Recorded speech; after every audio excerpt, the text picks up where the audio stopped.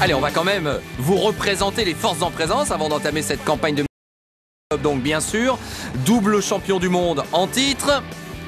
Mais face à lui, Peter Solberg, ancien champion du monde également, le pilote de pointe chez Subaru.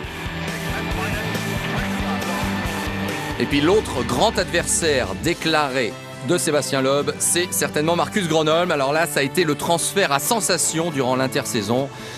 Gronholm qui a quitté bien sûr Peugeot, qui quitte le monde des rallyes. Là aussi, c'est une des grandes données de cette saison 2006. Et bien Marcus Gronholm a signé chez Ford, où il sera épaulé par Mikko Hirvonen. Attention également à Matthew Wilson, le fils du patron de l'équipe Ford, qui débutera au plus haut niveau. Il faudra aussi compter avec les seconds couteaux, mais des adversaires redoutables. On pense à Manfred Stoll, Henning Solberg, Andreas Segner, Tony Gardemeister, Gigi Galli ou François Duval, des noms que l'on connaît bien et qui donc espéreront, on n'en doute pas pour eux, obtenir de bons résultats. Alors Citroën également n'est plus là officiellement en rallye. Vous vous souvenez peut-être qu'il y a eu une sorte de changement dans l'infrastructure PSA, donc Peugeot n'est plus là alors que l'on découvre le calendrier, 16 épreuves au programme cette année.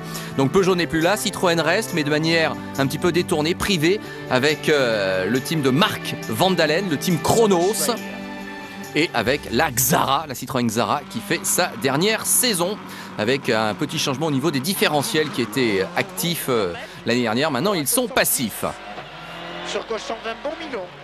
Allez, c'est parti, le Monte-Carlo, la première manche traditionnelle. On est au mois de janvier et c'est Sébastien Loeb donc qui a donné le coup d'envoi de ce championnat du monde des rallyes 2006. Loeb qui va remporter la première spéciale avec déjà 25 secondes d'avance sur Marcus Gronholm.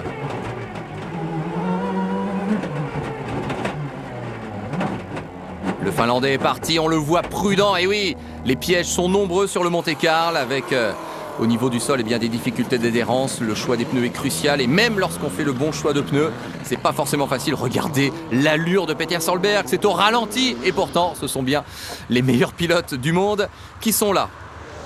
Et il y aura l'abandon en fin de journée pour Peter Solberg qui avait déjà perdu 2 minutes dans la première spéciale. Ça commence mal la saison pour le Norvégien. Alors Sébastien Loeb est à ce moment-là assez tranquillement en tête du rallye, mais on va malgré tout avoir un coup de théâtre. 80 mètres. Voilà. Ça va toi, c'est bon. Ouais. Putain de merde. Voilà, on excusera les gros mots prononcés par Sébastien Loeb dans le feu de l'action, mais il en fait peu des fautes, mais quand il en fait, ça fait mal avec cette sortie donc dans le ravin. Donc Sébastien Loeb qui ne peut pas continuer le rallye en cette première journée, mais il pourra reprendre le départ lors de la deuxième journée en vertu de la règle du super rallye. Il n'a juste que 5 minutes de pénalité. Évidemment, il a baissé dans le classement, mais on peut quand même penser que même avec 5 minutes de pénalité, Sébastien Loeb sera en mesure de remonter assez haut dans le classement. Jusqu'où? C'est la question. Et l'autre question, c'est aussi, est-ce que du coup Gronholm n'a pas déjà la victoire en poche du fait que Sébastien Loeb n'est plus là? Donc un rallye Monte-Carlo assez incroyable quand même avec cet incident, cet accident même peut-on dire, de Sébastien Loeb. En tout cas, Gronholm qui a 2 minutes d'avance à l'issue de la deuxième journée. On voit que Tony Gardemeister a des soucis. Il se battait, dommage pour lui, avec Manfred Stoll pour la deuxième place carrément au général. Sachez en tout cas que Sébastien Loeb aligne en cette deuxième journée 5 victoires de spécial. Du coup, il remonte à la 4e place au classement général. Allez, la dernière journée, donc Sébastien Loeb à l'attaque. L'idée, c'est de remonter sur le podium, en tout cas le plus haut possible. Mais c'est vrai que pour la victoire, a priori, c'est fait pour Marcus Gronholm. Manfred Stoll, lui, s'accroche à une belle place d'honneur. L'Autrichien à surveiller, c'est vraiment l'outsider typique.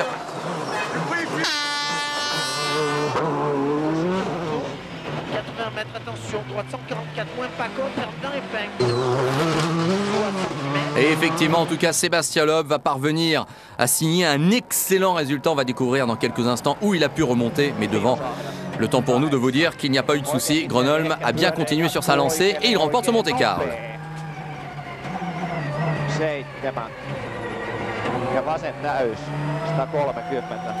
Voilà, première victoire en cette saison pour Marcus Gronholm qui va donc prendre la tête du championnat. C'est sa première victoire, figurez-vous, sur asphalte. Et oui, incroyable. Et confirmation que Sébastien Loeb a pu remonter jusqu'à la 2e place, certes 1 minute derrière Grenoble, mais rendez-vous compte, il avait 5 minutes de pénalité à l'issue du premier jour. C'est dire que Sébastien Loeb sera peut-être encore l'homme à battre, mais Grenoble